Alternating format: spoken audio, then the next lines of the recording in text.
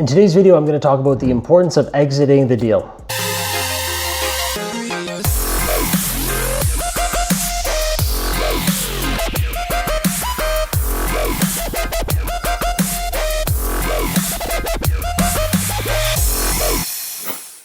Everyone always talks about how amazing creative financing is, which I agree with if done properly. So today I'm going to talk about why you need an exit strategy and how you can look at things so that you can borrow money properly. Hey, I'm Dave. My wife and I, Mel, have now purchased over 250 units using other people's money, creative financing done properly with an exit strategy in 5 different countries: Canada, US, Costa Rica, Mexico, and Dominican Republic. We're the founders of the Action Family Mentoring Program, where we have over 2,000 members who we show exactly how to build out an exit strategy when borrowing other people's money. And if you're new to the channel, we release a video every single week, so make sure to subscribe and hit the bell to get notified. So today I'm going to talk about the things you should not be doing when using other people's money. The first thing, which is very evident to me, however, there have been some circumstances that are going on lately, is you should not borrow money that is literally paying out other people's interest. Meaning, if you are borrowing money, you purchase an asset, you borrowed money initially for the deal, okay?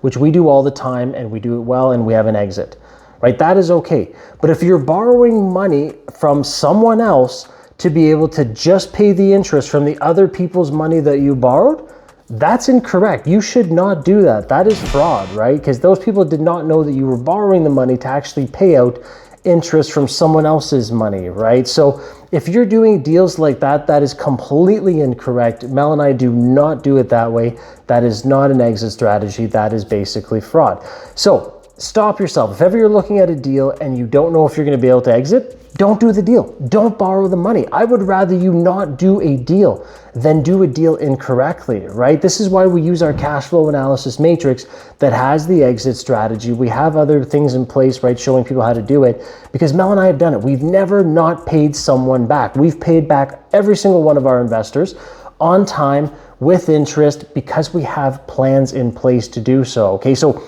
again, I know this sounds so obvious, but never, ever, ever borrow money from someone else to pay the interest, right? Borrowing from Peter to pay Paul, that will end in a collapse. It's just a matter of time. So never borrow money to do it that way. The second thing I want to discuss is stabilization and repositioning of an asset. Okay, so yes, Mel and I have purchased a lot of units. However, we do have those years that go up, some that, plateau a little bit, and then we go up again. Meaning you cannot, in my opinion, you cannot consistently be on an upward scale because things will get forgotten, right? What I mean by that is, hey, stop the video for a second. I wanted to talk to you about a turnkey income property provider that Mel and I have purchased properties for. Now listen up. If you are looking for a income property, then you don't have the time for it, I have a solution for you that I have invested in myself.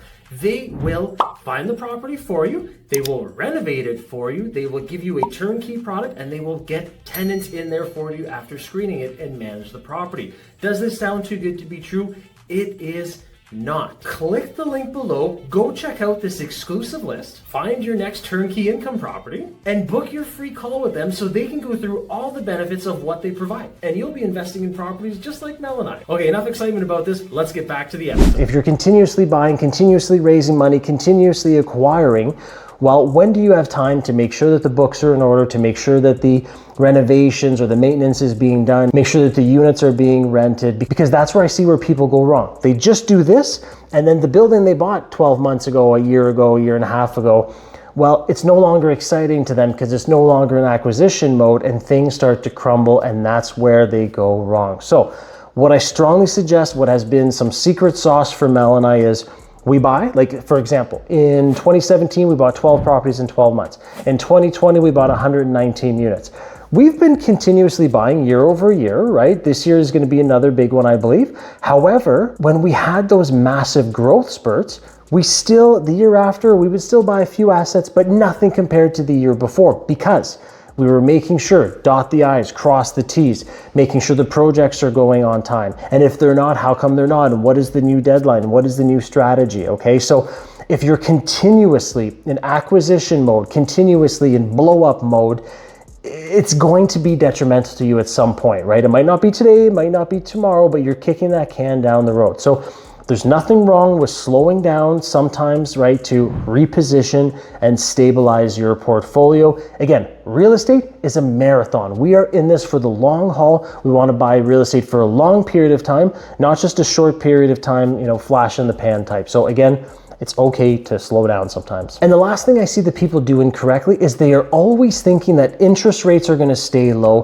prices are going to keep going up, and they're going to be able to sell it or refinance it down the road and almost have like an escape clause there, but be able to refinance it or sell it down the road and it'll always be worth more. So that is not the case. We've absolutely seen that over the last couple of years, right? Interest rates went up, right? That's no secret. So if that was your strategy went out the window. Prices would continue to go up. That didn't happen either, right? So interest rates that were expected to stay down went up, and prices that were supposed to go up or continue to go up did not. So this was a very big reality for a lot of people, and that's why I think a lot of people, their portfolios went sideways, because those were the exits that they were depending on, which those are two factors that neither you or I can control. That's the market, right? No one can control where interest rates are going, and no one can control if house prices or prices for multifamilies continue to go up. This is why we use our cash flow analysis matrix to do it correctly. So hopefully in this video, you've seen that yes, creative financing can be utilized if done properly. However, if you're borrowing just to pay someone else back their interest, if you're not stabilizing and repositioning and you're constant in blow up mode, right? You're kicking the can down the road, and at some point something is going to go wrong and it's going to go, the house of cards is going to come down, right? Because that when people grow too fast, I've seen it multiple times.